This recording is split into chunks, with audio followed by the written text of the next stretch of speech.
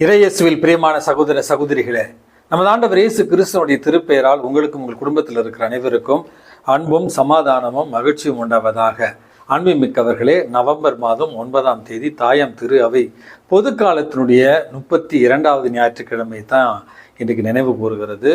பொது காலத்தினுடைய ஞாயிற்றுக்கிழமையாக இருந்தாலும் இன்றைக்கு நாம் கொண்டாடுகிற ஒரு பெருவிழா என்பது ரோம் நகரத்தில் இருக்கிற புனித லாத்தரன் பேராலய நேர்ந்தளிப்பு விழாவை தான் இன்றைக்கு நம்ம கொண்டாடுகிறோம். ஆகவே அன்புமிக்கவர்களே, இன்றைக்கான வாசகங்கள் ஞாயிற்றுக்கிழமைக்கான வாசகங்கள் அல்ல, மாறாக புனித லாத்தரன் பேராலய விழாவிற்கான வாசகங்கள் தான் இன்னைக்கு நமக்கு கொடுக்கப்பட்டு இருக்கிறது. ஏனென்றால் இந்த விழாவினுடைய முக்கியத்துவத்தை பொறுத்து நம்ம இன்றைக்கு இதற்கு முதன்மையான இடத்தை தருகிறோம். ஒரு ஆலயத்திற்கு ஒரு விழாவா, ஒரு மனிதர்கள் கட்டிய ஒரு கட்டிடத்திற்கு இந்த ஒரு விழாவா அப்படிங்கிற ஒரு கேள்வி கத்தோலிக்க கிறிஸ்தவர்களுக்கு ஏற்படலாம். அப்படி என்ன இந்த ஆலயத்தில் இருக்கு, எதற்காக இந்த ஆலயத்தினுடைய நேர்ந்தளிப்பு விழாவை கொண்டாடுகிற அளவுக்கு தாயாம் திரு அவை இந்த நாளுக்கு ஒரு முக்கியத்துவத்தை கொடுக்கிறது என்று நீங்கள் கேட்கலாம். அன்புமிக்கவர்களே, ரோம் நகரத்தில் நான் ஒரு 3 ஆண்டுகள் படித்ததால அதனுடைய முக்கியத்துவம், அங்கே இருக்கிற ஆலயங்களுடைய சிறப்புகளை பற்றி கொஞ்சம் நான் அறிவேன். ஆகவே அதை உங்களோடு பகிர்ந்து கொள்ள விரும்புகிறேன். ரோம் நகரத்தில் 4 பேராலயங்கள் முக்கியத்துவத்தை பெறுகின்றன. புனித பேதுருவினுடைய பேராலயம், திருத்தந்தை இப்பொழுது அங்குதான் வசிக்கிறார். அடுத்தது புனித லாத்தரன் பேராலயம், நற்செய்தியாளர் மற்றும் திருத்தூதராக இருக்கிற திருத்தூதர் யோவானுக்கு ஒப்பு கொடுக்கப்பட்ட ஒரு பேராலயமாகத்தான் இந்த ஆலயம் இருக்கிறது. 3வது அன்னை மரியாளுக்காக ஒப்பு கொடுக்கப்பட்டிருக்கிற ஒரு பேராலயம், மேரி த மேஜர் என்று சொல்லுவார்கள். 4வதாக திருத்தூதர் பவுலுக்காக ரோம் நகரத்தினுடைய வாயில்களுக்கு அப்பால் இருக்கிற ஒரு பேராலயம், Saint Paul outside the wall அப்படின்னு சொல்லுவார்கள். இந்த 4 பேராலயம் தான் கத்தோலிக்க திரு அவையினுடைய 4 தூண்களாக இன்றைக்கு ரோம் நகரத்தில் காட்சியளிக்கின்றன.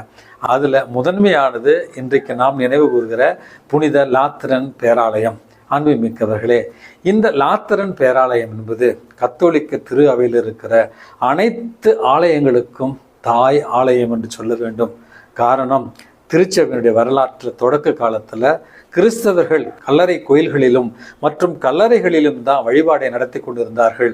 அச்சத்தின் காரணமாகவும் வேத கலாபனையினுடைய ஒரு காரணமாகவும் கிறிஸ்தவர்களுக்கான ஆலயம் எதுவும் இல்லாத ஒரு சூழலில் கிறிஸ்தவத்தை தழுவிய பேரரசன் கான்ஸ்டன்டைன் என்பவன் தான் வாழ்ந்த அரண்மனையை கிபி 321வது ஆண்டு ஆலயமாக அதை மறு உருவாக்கம் செய்து திருச்சபைக்காக முதலாக வாங்கப்பட்ட ஒரு ஆலயம், திருச்சபையில் முதலாக கட்டப்பட்ட ஒரு ஆலயம், திருச்சபையில் முதலாக ஆலயத்தில் வழிபாடு நடத்திய ஒரு ஆலயம் என்று சொன்னால் இந்த லாத்தரன் பேராலயம்தான்.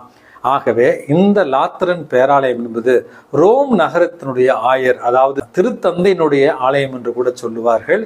2வது முதல் 1000 ஆண்டுகள் திருத்தந்தையர்கள் இந்த லாத்தரன் பேராலய வளாகத்தில் தான் தங்கியிருந்தார்கள்.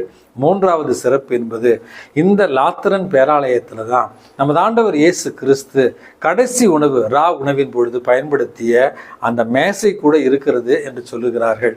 அப்படி என்றால் அனைத்துலக கத்தோலிக்க திரு அவையினுடைய ஆலயங்களுக்கெல்லாம் தாய் ஆலயமாகவும் திருத்தந்தையினுடைய ஆலயமாகவும் ஒற்றுமையை நினைவுபடுத்துகிற ஒரு ஆலயமாகவும் அனைத்து திருச்சபைகளும் கிறிஸ்துவுக்குள் ஒன்றாக இருக்க வேண்டும் என்பதை நினைவுபடுத்துகிற ஒற்றுமையின் நல்லிணக்கத்தின் ஒரு பேராலயமாகத்தான் இந்த லாத்தரன் பேராலயம் அமைந்திருக்கிறது. இந்த லாத்தரன் பேராலயத்தினுடைய அர்ச்சிப்பு விழாவை நினைவு கூறுகிற விழாவைத்தான் இன்றைக்கு நம்ம கொண்டாடி கொண்டிருக்கிறோம். மனிதர்கள் உருவாக்கிய ஆலயமே இவ்வளவு கவின்மிகு ஆலயமாக இருக்கிறது என்றால் எல்லாம் வல்ல இறைவன் எத்துணை அழகு மிக்கவராக இருக்க வேண்டும். வானங்களுக்கு மேல் வீற்றிருக்கிற நமது ஆண்டவர் எத்துணை அழகு வாய்ந்தவராக இருக்க வேண்டும் என்பதைத்தான் இந்த ஆலயத்திற்குள்ள நம்ம சென்று வியப்படைந்து பார்க்கக்கூடிய ஒரு அதிசயமாக நான் நினைவு கூறுகிறேன். அன்புமிக்கவர்களே, இன்றைக்கு நமக்கு கொடுக்கப்பட்டிருக்கிற முதல் வாசகம் என்பது இறைவாக்கினர் எசேக்கியேல் எழுதிய நூலிலிருந்து கொடுக்கப்பட்டிருக்கிறது. இந்த இறைவாக்கினர் எசேக்கியா ஒரு குரு, ஒரு இறைவாக்கினர். இஸ்ரேல் மக்களை அடிமைத்தனத்திற்கு கொண்டு செல்லப்பட்ட பொழுது எருசலேம் ஆலயத்தை, முதலாவது கட்டிய எருசலேம் ஆலயத்தை தீக்கரியாக்கி முற்றும் தரைமட்டமாக்கிய பொழுது கண்கூடாக கண்டவர் தான் இந்த இறைவாக்கினர் எசேக்கியேல்.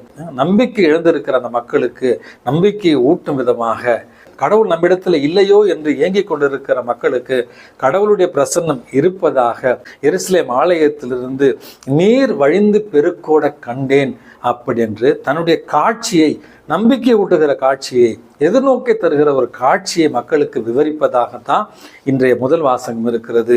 எருசலேம் ஆலயத்திலிருந்து வழிந்தோடுகிற அந்த தண்ணீர் என்பது எல்லா இடத்திலும் பாய்ந்து சென்று அங்கு இருக்கிற பகுதிகளை வளமுறச் செய்கிறது. அது சென்றோடுகிற இடத்தில் எல்லாம் மரம், செடி, கொடிகளை, கனிகளையும் காய்களையும் அது பலனாக தருகிறது. அதில் மூழ்குவோருக்கு புத்துணர்ச்சியும் புது வாழ்வையும் தருகிறது என்பதைத்தான் முதல் வாசகம் நமக்கு சொல்லுகிறது. அப்படி என்றால் நம்பிக்கை இழந்து, எதிர்நோக்கு இழந்து, கடவுள் நம்மை கைவிட்டு விட்டாரு என்று ஏங்கிக் கொண்டிருப்பவர்களுக்கு நம்பிக்கை ஊட்டுகிற, தண்ணீரால் புது படைப்பு அளிக்கிற தூய ஆவியினுடைய அந்த ஆற்றலை வெளிப்படுத்துகிறது தான் முதல் வாசகம். இரண்டாவது வாசகம் திருத்தூதர் பவுல் கொரிந்தியருக்கு எழுதிய திருமுகத்திலிருந்து கொடுக்கப்பட்டிருக்கிறது. அதாவது இந்த உடல் என்பது இறைவன் கட்டி எழுப்பி இருக்கிற ஒரு ஆலயம். இந்த உடல் தூய ஆவியானவர் குடிகொண்டிருக்கிற ஒரு ஆலயம். அப்படி என்றால் இந்த மனித உடல் வெறும் மனித உடல் அல்ல, தூய ஆவியானவருடைய ஆலயம் என்றால் எத்தனை புனிதமிக்கவர்களாக, தூய்மையானவர்களாக நம்ம வாழ வேண்டும் என்பதற்கு ஒரு அழைப்பு விடுப்பதாகத்தான் இரண்டாவது வாசகம் அமைந்திருக்கிறது. மூன்றாவது வாசகம் திருத்தூதர் யோவான் எழுதிய நற்செய்தியிலிருந்து கொடுக்கப்பட்டிருக்கிறது.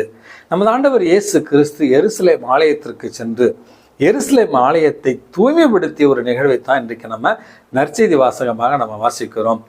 நமது ஆண்டவர் இயேசு கிறிஸ்து எருசலேம் ஆலயத்திற்கு சென்றதாக இந்த ஒத்தமைவு என்று சொல்லுகிறோம் அல்லவா, சினாப்டிக் காஸ்பல்ஸ் என்று சொல்லுவோம்.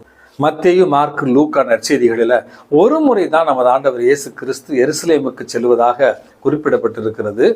யோவான் நற்செய்தியில தான் 3 முறை நமது ஆண்டவர் செல்வதாக குறிப்பிடப்பட்டிருக்கிறது. அன்புமிக்கவர்களே, நமது ஆண்டவர் இயேசு கிறிஸ்து எருசலேம் ஆலயத்திற்குள்ள செல்கிறார். இந்த நமது ஆண்டவர் இயேசு கிறிஸ்து சென்ற இந்த எருசலேம் ஆலயம் என்பது யூதர்களுடைய வரலாற்றில், இஸ்ரேல் மக்களுடைய வரலாற்றில் கட்டப்பட்ட 3வது ஆலயம். முதல் ஆலயம் அழிக்கப்படுகிறது, 2வது ஆலயமும் அழிக்கப்படுகிறது. 3வது இயேசு வாழ்ந்த காலத்தில் கட்டப்பட்டிருந்த எருசலேம் ஆலயம் என்பது இதுமேயனாகிய ஏரோது யூத மக்களை மகிழ்ச்சிப்படுத்துவதற்காக கட்டி எழுப்பியிருந்த பிரம்மாண்டமான ஒரு ஆலயம். அந்த ஆலயத்துக்குள்ளதான் நமது ஆண்டவர் இயேசு கிறிஸ்து அங்கே நுழைகிறார். அன்புமிக்கவர்களே, ஆண்டவருடைய பிரசன்னத்தை உணர்த்துகிற அந்த ஆலயம் எல்லோருக்கும் பொதுவானது. எல்லோருக்கும் அங்கே ஆதரவு இருக்கிறது, எல்லோருக்கும் அங்கு உதவி வரும், எல்லோரும் ஆண்டவரை தரிசிக்கலாம் என்கிற ஒரு பொதுநல எண்ணத்தோடு தான் அந்த ஆலயம் கட்டப்பட்டிருந்தது. அந்த ஆலயத்தில் குருக்களுக்கென்று ஒரு பாதை, அந்த ஆலயத்தில் பரிசேயர்களுக்கும் சதுசேயர்களுக்கும் மறைநூல் அறிஞர்களுக்கும் ஒரு பாதை, பொதுமக்களுக்கான ஒரு பாதை மற்றும் புறவினத்தாருக்கும் பெண்களுக்குமான ஒரு பாதை என்று எல்லோருமே ஆண்டவரை தரிசிக்கக்கூடிய வகையில தான் எருசலேம் ஆலயம் அமைக்கப்பட்டிருந்தது. ஆனால் இங்கு ஒரு அநீதி நிகழ்கிறது. எருசலேம் ஆலயத்திற்குள் செல்வதற்காக பெண்களுக்காகவும் புறவினத்து மக்களுக்கும் ஒதுக்கப்பட்டிருந்த அந்த ஒரு பகுதியில தான் இன்றைக்கு மக்கள் வாணிபத்தை தொடங்குகிறார்கள். அந்த இடத்துல தான் நாணயங்களை மாற்றுகிற ஒரு வியாபாரம் நடந்து கொண்டிருக்கிறது. கோயிலுக்கு செலுத்த வேண்டிய நாணயங்களை மற்றும் ரோமியர்களுடைய நாணயங்கள் என்று 2 வகை இருக்கிறது. அதை மாற்றி கோயிலுக்கு, கடவுளுக்குரியதை கடவுளுக்கு செலுத்துவதற்கான நாணய மாற்று முறை அங்கே நடந்து கொண்டிருந்தது.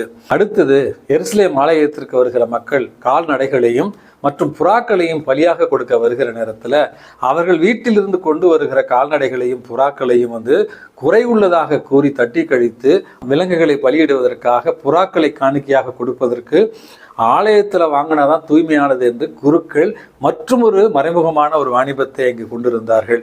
இந்த வாணிபம் செய்பவர்கள் புறவினத்து மக்கள் ஆண்டவரை தரிசிப்பதற்கு மிகப்பெரிய ஒரு தடையாக இருந்த ஒரு காரணத்தினால் இறை வேண்டலுக்காக ஒதுக்கப்பட்ட ஒரு இடம் கல்வர்களுடைய குகையாகவும் வாணிபம் செய்பவர்களுடைய ஒரு வழியாகவும் மாறி போனதால தான் நமது ஆண்டவர் இயேசு கிறிஸ்து வெகுண்டெழுந்து இன்றைக்கு எருசலேம் ஆலயத்தை தூய்மைப்படுத்துகிறார் என்பதைத்தான் நற்செய்தி வாசகமாக இன்றைக்கு நம்ம வாசிக்கிறோம். அன்புமிக்கவர்களே, அப்படி என்றால் இந்த விழா நமக்கு சொல்லித் தருகிற பாடம் என்ன? முதலாவது பாடம் என்பது ஆண்டவருடைய ஆலயம் வெறும் கட்டிடம் அல்ல. கத்தோலிக்கு கிறிஸ்தவ ஆலயங்கள் வெறும் கட்டிடம் அல்ல, மறைவுடலாக இருக்கிற நமது ஆண்டவர் இயேசு கிறிஸ்து அதில் பிரசன்னமாக இருக்கிறார் என்பதுதான் முதல் செய்தி. ஆகவே ஆலயங்கள் வெறும் கட்டிடங்கள் அல்ல, இறைவனுடைய மறை உடல் என்பதை இன்றைக்கு நம்ம புரிந்து கொள்ள வேண்டும். இரண்டாவது ஒரு செய்தி என்பது, இன்றைக்கு இருக்கிற ஆலயங்கள் ஏதோ கிறிஸ்தவர்களுக்கு மட்டும் உரிமை சொத்து அல்ல. எல்லோருக்கும், கடவுளை நம்புகிறவர்கள், நம்பாதவர்கள், பிற மதத்து சகோதரர்கள், ஏழைகள், பணக்காரர்கள், பாவிகள், நல்லவர்கள், நீதிமான்கள், எல்லோருக்கும் பொதுவானது தான் ஆலயம் என்பதை இன்றைக்கு நம்ம புரிந்து கொள்ள வேண்டும். ஆண்டவர் நம்முடைய தனிப்பட்ட சொத்து அல்ல, கிறிஸ்து அரசர், உலகத்தினுடைய மீட்பர். ஆகவே நம்முடைய ஆலயங்களில் யார் வேண்டுமானாலும் வரலாம், யார் வேண்டுமானாலும் வழிபடலாம் என்கிற உரிமையை உலகத்திற்கு தருகிறதை நினைவுபடுத்துகிற ஒரு விழாவாகத்தான் இந்த நாளை நம்ம இன்றைக்கு நம்ம பார்க்க வேண்டும்.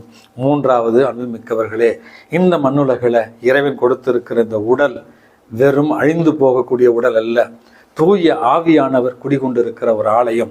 திருமுழுக்கில் நம்மை கிறிஸ்துவனுடைய பிள்ளைகளாக மாற்றி நற்கரனின் வாயிலாக ஒவ்வொரு நாளும் நம்மை வாழ வைத்து ஒப்புரவு அருட்சாதனத்தின் வழியாய் ஒவ்வொரு நாளும் கடவுளிடத்தில் நம்மை இணைத்து உறுதி பூசுதல் மற்றும் நோயில் பூசுதல் வழியாக நம்மை உறுதிப்படுத்தி திடப்படுத்தி இயேசுனுடைய தூய இரத்தத்தால் மீட்கப்பட்ட பரிசுத்த ஆலயங்கள் தான் இந்த உடல்கள் என்பதை இன்றைக்கு புரிந்து கொண்டு, இந்த உடல்கள் தூய ஆவியானவருடைய ஆலயங்கள் என்றால் தூய்மையோடும் ஒழுக்கத்தோடும் புனிதத்தோடும் இதை பாதுகாக்க வேண்டிய ஒரு கடமையை நினைவு வருகிற ஒரு நாளாகத்தான் இந்த நாளை நான் பார்க்கிறேன்.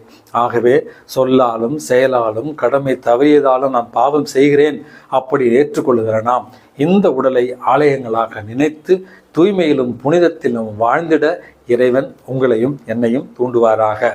எல்லாம் வல்ல இறைவன் தந்தை, மகன், தூய ஆவி உங்களையும் உங்கள் குடும்பத்தில் இருக்கிற அனைவரையும் நிறைவாக ஆசீர்வதித்து பாதுகாத்து வழிநடத்துவாராக. ஆமென்.